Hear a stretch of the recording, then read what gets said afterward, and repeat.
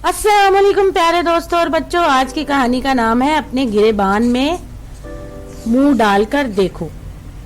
देखो भाई, शरारत नहीं करो बच्चों। तुम लोगों की गेंद बार बार घर में आती है, अब नहीं फेंकना वरना गेंद नहीं मिलेगी।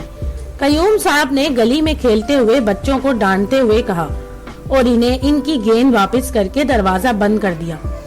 यार साजिद, ये कयूम साहब तो हमारे यहाँ खेलना मुश्किल कर देंगे, जावेद ने साजिद से कहा।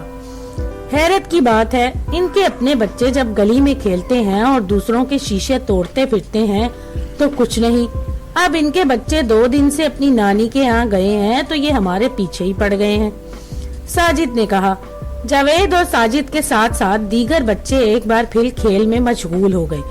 इत्तेफाक से गेंद एक बार फिर कयूम साहब के घर में चली गई।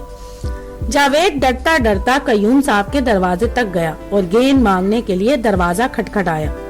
तुम लोग यूं नहीं मानोगे, मैं तुम्हारी ये गेंद ही फाड़ देता हूँ, कयूम साहब ने गुस्से से कहते हुए गेंद को छुरी की मदद से काट कर रख दिया और फटी हुई गेंद बच्चों की तरफ उछाल दी। बच्चे हैरत और अफसोस से कभी अपनी गेंद को देखते और कभी कयूम साहब को। इतने में जावेद के अब्बू भी वहां से गुजरे। उन्होंने जो बच्चों के मुंह लटके हुए देखे तो वजह मालूम की।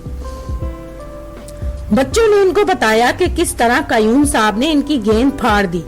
जावेद के अब्बू कयूम साहब से कहने लगे, कयूम साहब, आपने बच्चों की गेंद फाड़कर अच्छा नहीं किया, पहले आप खुद अपने गिरेबान में मुंह डालकर देखें। आपके बच्चे भी इन गलियों में खेलते हैं मगर हम तो कभी इन पर गुस्सा नहीं हुए। जावेद के अब्बू ये कहकर बच्चों को समझा बुझा कर वापिस ले गए और कयूम साहब ने मुंह बनाते हुए अपने घर का दरवाजा बंद कर लिया। तो दोस्तों, इस कहानी से हमें ये सबक मिलता है, दूसरों पर तनकीद से पहले खुद अपना जायजा भी ले लेना चाहिए। अगर आपको ये कहानी पसंद आए तो मेरे चैनल को लाइक और सब्सक्राइब जरूर करें।